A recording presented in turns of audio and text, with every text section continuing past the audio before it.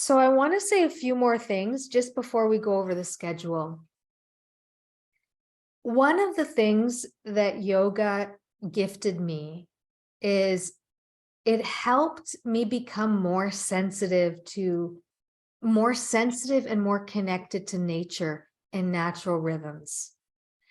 I felt like before I came to yoga, I really lived a life that was out of balance and out of sync with nature.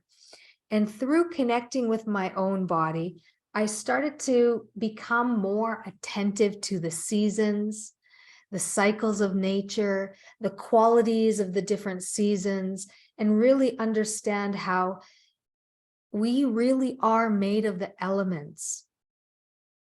You know, our bodies are at the most elemental level, our bodies are made of nature. And the reason I want to talk about nature is at this time, at this cycle, at this time of the year, nature has been preserving her life energy, drawing it inward. She's been sleeping. And it's not that nothing goes on when you're sleeping. There's lots going on when you're sleeping. There is a regeneration that happens when we draw our life energy inward and we take time to rest and sleep. Or sometimes when we have a sickness that forces us to stop the busyness and to just lay in bed for a couple of hours and dream lots and sleep lots and drink lots. And our modern society is so out of sync with this rhythm that in December, traffic increases, shopping increases, food increases. There's such a, people work more, they socialize more, they eat more. There's this opposite thing that happens in modern society compared to what's happening in nature. And really what I'm hoping this retreat will help us do is really pull our life energy inwards, to slow down, to journal and think, to reflect and contemplate some of the bigger questions, not the questions of what am I going to get done today? The bigger questions like, what's really important to me? What is really fulfilling? What is the direction of my life? Where am I at and where do I want to go? These bigger questions that we don't get a chance to ask on a daily basis when we have to, get our chores done and get the meals done and get work done and meet our family obligations. Now is a really good time to contemplate those bigger questions and to eat lighter, to eat foods that digest easily, because in this season, there is a lot of water, there is a lot of coldness, and there's a lot of heaviness in our external environment. And it's natural that we are affected by our external environment. So it's very natural that we feel sluggish and we feel this lethargy, or maybe we feel a fogginess mentally or a heaviness. In Ayurveda, the sister science of yoga, harmony comes when there's a balance of opposites. So when there's heaviness externally, to bring harmony to the body, you add elements that would allow you to, you bring a lightness to your foods and your meals. So, maybe we eat a little bit less rather than a little bit more. We're eating more soups and cooked foods and things that are very easy and light for the body to digest, so that it's a little easier to get up in the morning at this time of year when it's dark and there's a heaviness in the external environment. So my hope with this retreat was all of us would have an opportunity to end the year in a different way than we started December, or however we've had our December, that, okay, that's fine, but we can end the last 5 days of the year in a different rhythm. And in a rhythm where you're not directing all of your life energy outward towards your family and your work, you're directing your life energy inward, checking in with how you feel, what's going on, how things are digesting, how things are resonating. And then we can really step into the new year and step into this new season. Some of you know we've celebrated the winter solstice. Now we're starting to enter a new season. Slowly, slowly, the soil is going to warm up. The days are going to get longer. With more sunlight, there's a chemical process in the soil that allows things to grow. And we can take advantage of that by syncing ourselves with nature. And what are the seeds of the next year that you really want to bring to fruition in your life? And really being clear about that we start with habits and in a rhythm of what we would like to call in and bring in. So, having said that, I have suggested a schedule. Did everyone have a chance to read over the welcome package and the schedule? Did anyone have any questions?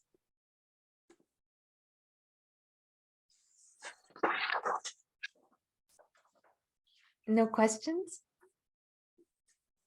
So I want to mention one thing. When you get up in the morning, some people like to drink coffee. How many of you like to drink coffee? Great. Some people, what else? Those of you who didn't put up your hand, what do you drink in the morning? I start with tea and then I have coffee at around like 10 or 11 o'clock. Caffeinated tea or herbal tea? It's usually herbal, kind of a combination, but usually herbal. Yeah. Yeah. Okay. I heard this one, some health podcast that I was listening to that said, because I'm used to be a very big coffee drinker. And he said, starting your day with a cup of coffee is like slapping your liver in the face to wake it up. I thought, oh, my liver probably doesn't like that very much. So I have a bunch of tea and then have the coffee kind of mid-morning. Super. Great to hear. I like that. That's a really interesting phrasing of it. Yeah.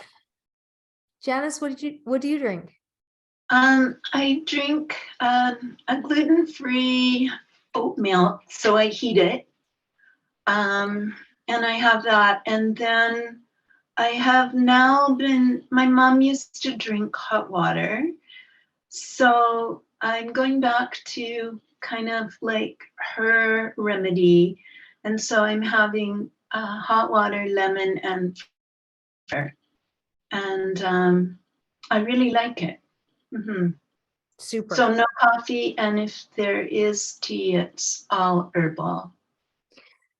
I am not going to suggest you give up coffee or caffeine or anything like that. My suggestion or advice is start your day with water, preferably warm water. And the reason warm water is a little bit more digestible than cold water. Also, we're in a cold season, so it makes sense. If you're not used to drinking warm water, it might take a little bit of time to get used to it. So you can start with water at room temperature and work up to warm water. The reason to start your day with water is before you start to put foods or drinks into your body, you want to complete the detoxification process. And to complete that, one of the things that we can do to complete that is to flush the body. So if you drink 1 cup of water, drink 2. If you don't drink any water, try drinking a cup of warm water or room temperature water, and try drinking that before you make your cup of coffee or before you have your tea. So the first thing you're putting into your body is water to flush out the system, to complete the detoxification process. And the other thing about water is, one of the qualities of water is it's heavy. If you've ever had to carry water, you know that it's heavy. That's a great idea. Thank you, Suzanne, to leave water on the counter at night, the night before. Is that what you're saying? Yes, to get rid of the chlorine because it will evaporate. Wonderful. And also to bring, to allow it to absorb the energy of the moon. Wonderful. Water is heavy. So when you input that heaviness, it creates heaviness to help you eliminate and have your morning poo. So sometimes, there's a little bit of time before we have our morning poo. If you drink lots of water, it will create a heaviness inside in your system that will create the weight bearing that helps to tell your body, okay, it's time to eliminate because I'm now going to input more foods. So before you have any breakfast or any caffeinated drink or anything, drink water, flush your system. Then before you eat breakfast, my suggestion is do your morning yoga video. If you're really ravenous and maybe you find it difficult to do that, have some fruit and then do your asana or morning yoga practice. And the reason is there is no other time when we're awake when our stomach is actually empty. The only time it's empty is in the morning after your body has had 12 or 16 hours or 9 hours or whatever for the food to move through your system.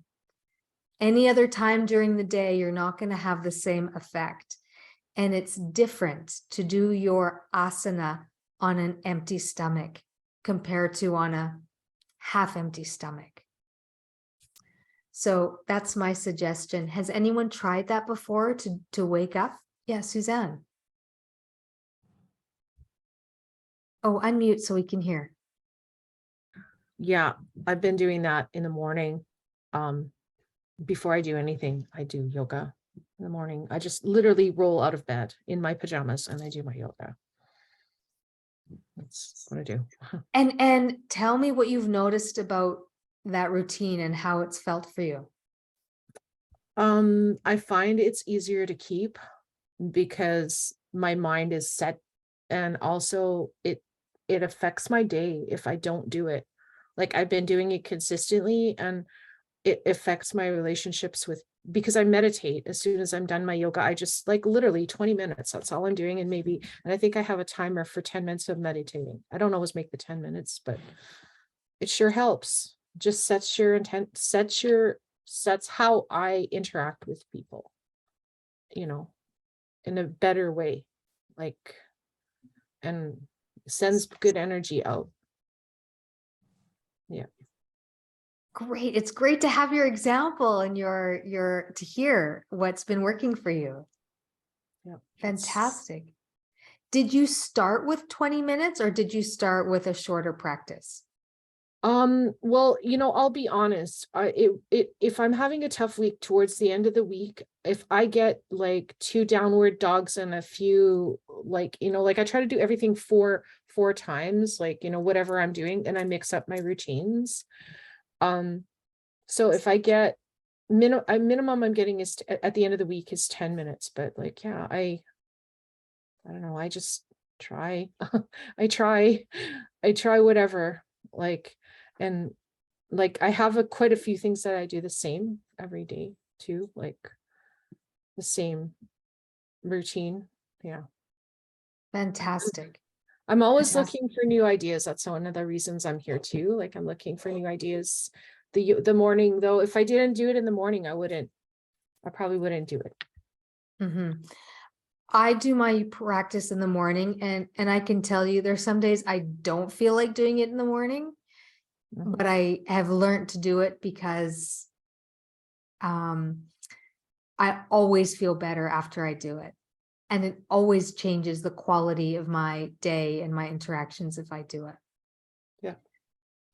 Thank you, Suzanne. I'm so grateful to hear your experience.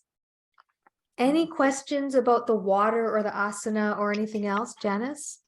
Yes, I wanted to ask you, do you drink the water before you do your yoga, or do you do your yoga and then drink the water? I drink my water first thing and I do my yoga after I drink water. Okay. And And that's some the new- days, yeah. yeah, some days I sip my water and some days I chug my water. It's different. You'll notice it's not always the same because our bodies are different. Our bodies are responding to stress is different. You know, we have less sleep, more sleep, so many different variables that are constantly changing. But I always start my day by drinking water. And most days I start my day with movement. Super. The only other thing I want to say about the schedule is the schedule is flexible. So you can listen to the podcast whenever you want. You can do the journal questions or not. It's really designed so that if you have social engagements or work engagements or other things, you can plug things in. My suggestion is to participate as much as you can because I think you'll get the most out of it. But it's really designed to be flexible because all of us have a different life and different relationships and a different combination of work, family, and other stuff that's happening over the next 5 days. And I was planning to offer the option of a morning check-in between 10 and 10:30. I know that Miranda was interested in showing up for the morning check-in. The morning check-in is just an opportunity to say hello. How did the practice go? How are you feeling? Any other thing you want to mention? How many of you would like to participate in a morning check-in?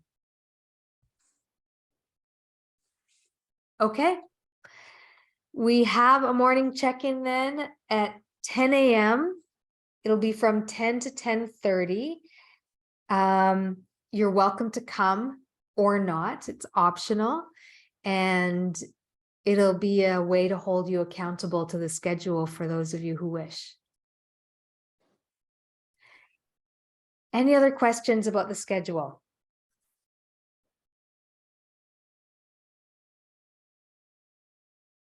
Susan? Yeah. What time are you going to send out the links in the morning so that if we're early risers for our almost get out of bed yoga? It's actually sent at 4 a.m. Okay, we're good. because I wanted it to get to the people in Ontario by 7 a.m. So I Perfect. think it's early enough. It is. Yes. Okay, thanks. You're welcome. Any other questions about the schedule? Okay. So I'll add the morning check-in to the email that you'll get. Super.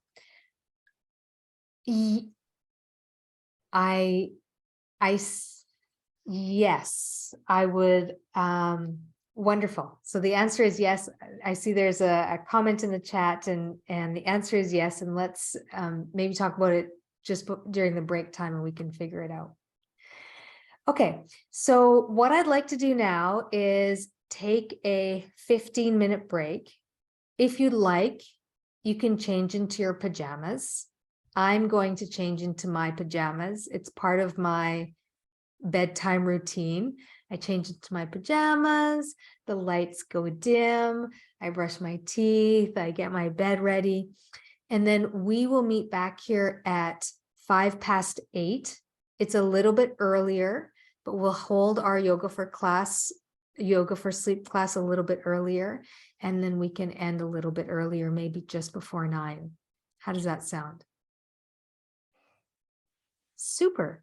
So we'll meet back at 8:05. And Suzanne, if you'd like to tell me a little bit about what your thoughts are. I was just gonna offer like either an ancestor song, like a welcoming kind of like a really short, just kind of Ojibwe song, if that's okay. I would love that. And would that be, would you like to do that just before the yoga for sleep class? Sure. I'm comfortable with that because I was practicing it in in the last, when we did our yoga, and I've been singing periodically. So yeah, I'm really quite comfortable with that. Yeah. Beautiful. And that would be perfect. So when we come back, I'll pass it over to you and you can offer that welcome song, and then we'll move into our yoga for sleep class. Yay. Okay. I'll get my pajamas on. Thank you. I so All right. appreciate it. Yeah, you're welcome. I just feel like it would be a good way to start asking our ancestors to come and join us. Yes. Wonderful idea. Super. All Okay. right. See you soon.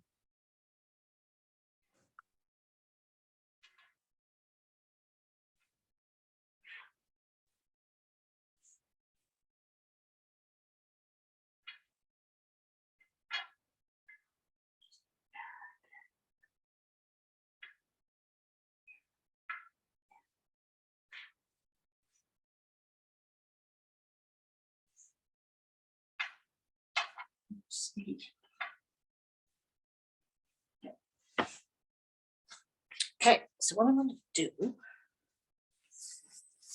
is this.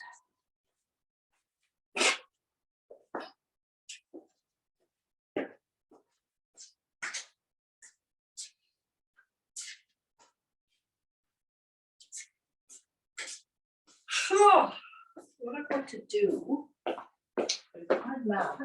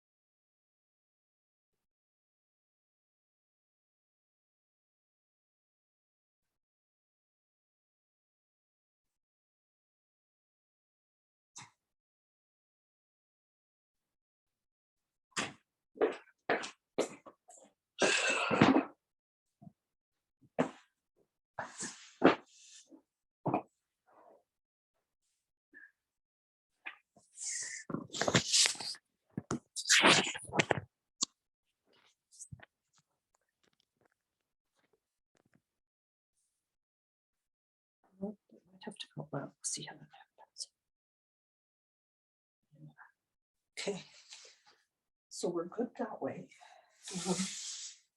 Good that way.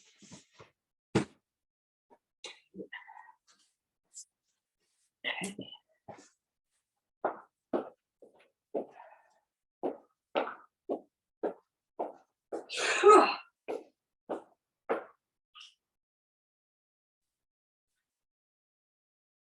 What am I going to do?